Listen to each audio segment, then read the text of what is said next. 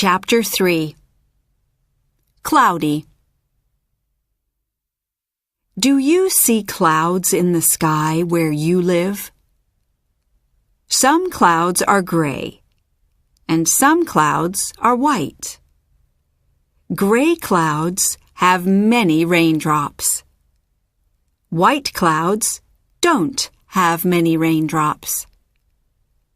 When it's cloudy, big clouds stop some light from the sun coming to Earth.